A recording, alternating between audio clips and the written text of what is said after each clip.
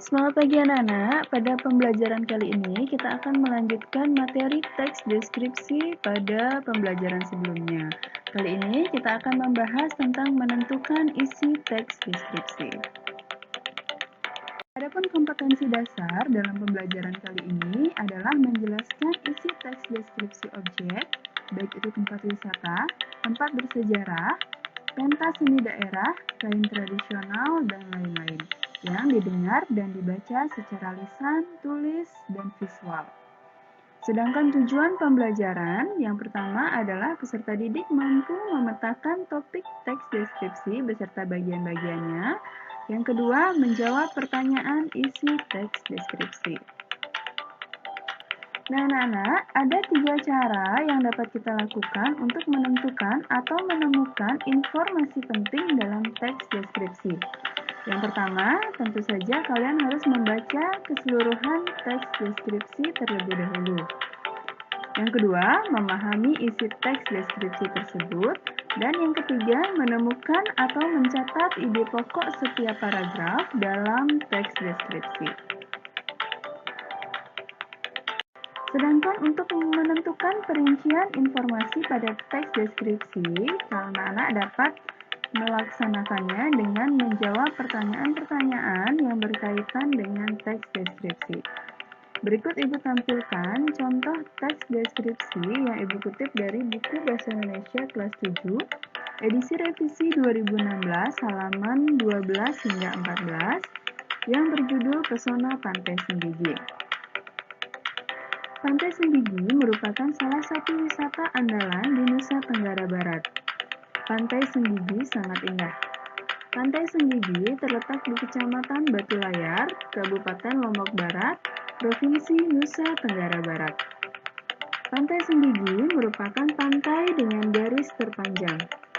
Pemandangan bawah laut Senggigi juga menakjubkan. Pura Bolong menjadi pelengkap wisata di Pantai Senggigi. Nah, untuk menentukan perincian informasi yang terdapat pada teks deskripsi tersebut, anak-anak dapat menjawab pertanyaan-pertanyaan yang berkaitan dengan teks tersebut berikut ini. Yang pertama, apa yang dibicarakan penulis pada teks berjudul Pesona Pantai Senggigi? Jawabannya adalah pesona dan keindahan Pantai Senggigi. Ini dapat menentukan topik dari teks deskripsi tersebut. Kemudian yang kedua, keindahan bagian mana saja dari Pantai Senggigi yang dipaparkan penulis?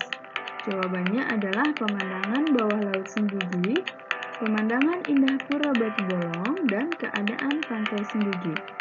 Nah, ini untuk mengetahui perincian dari keindahan yang dipaparkan penulis dalam teks deskripsi tersebut. Pertanyaan ketiga, apa tujuan penulis menampilkan teks di atas? Jawabannya untuk menggambarkan pesona atau daya tarik dan keindahan Pantai Senggigi. Kemudian yang keempat, bagaimana penulis menggambarkan keindahan Pantai Senggigi? Berilah alasan untuk mendukung jawabanmu. Jawabannya, penulis menggambarkan keindahan dari keadaan fisik Pantai Senggigi, baik itu air laut yang jernih serta banyak terumbu karang terawat dengan ikan-ikan beraneka ragam menambah keindahan Taman Laut Senggigi.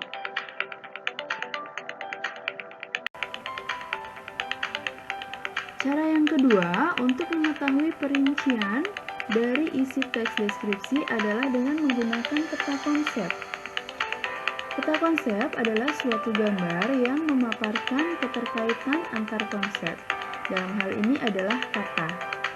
Misalnya, topik yang terdapat pada teks tersebut adalah Senggigi. Kemudian kita rinci lagi menjadi bagian-bagiannya. Yang pertama, Senggigi itu merupakan pantai. Lalu kita gambarkan pantai yang indah seperti apa, kemudian pantai sebagai objek wisata. Nah, anak-anak, demikian pembahasan kita kali ini. Dapat kita simpulkan bahwa untuk menentukan informasi penting dalam teks deskripsi ada 3 cara yang dapat kita lakukan, yaitu dengan membaca teks deskripsi, kemudian memahami isi teks deskripsi tersebut, dan yang ketiga adalah mencatat isi atau ide pokok yang terdapat pada setiap paragraf teks deskripsi tersebut. Sedangkan untuk menentukan perincian yang terdapat dalam teks deskripsi ada dua cara yang dapat kita lakukan. Yang pertama adalah menjawab pertanyaan-pertanyaan yang berkaitan dengan teks deskripsi tersebut, dan yang kedua adalah dengan menggunakan peta konsep. Nah, anak-anak, demikian pembahasan kita kali ini mengenai menentukan isi teks deskripsi. Ibu ucapkan terima kasih atas perhatian kalian. Sampai bertemu pada video pembelajaran berikutnya.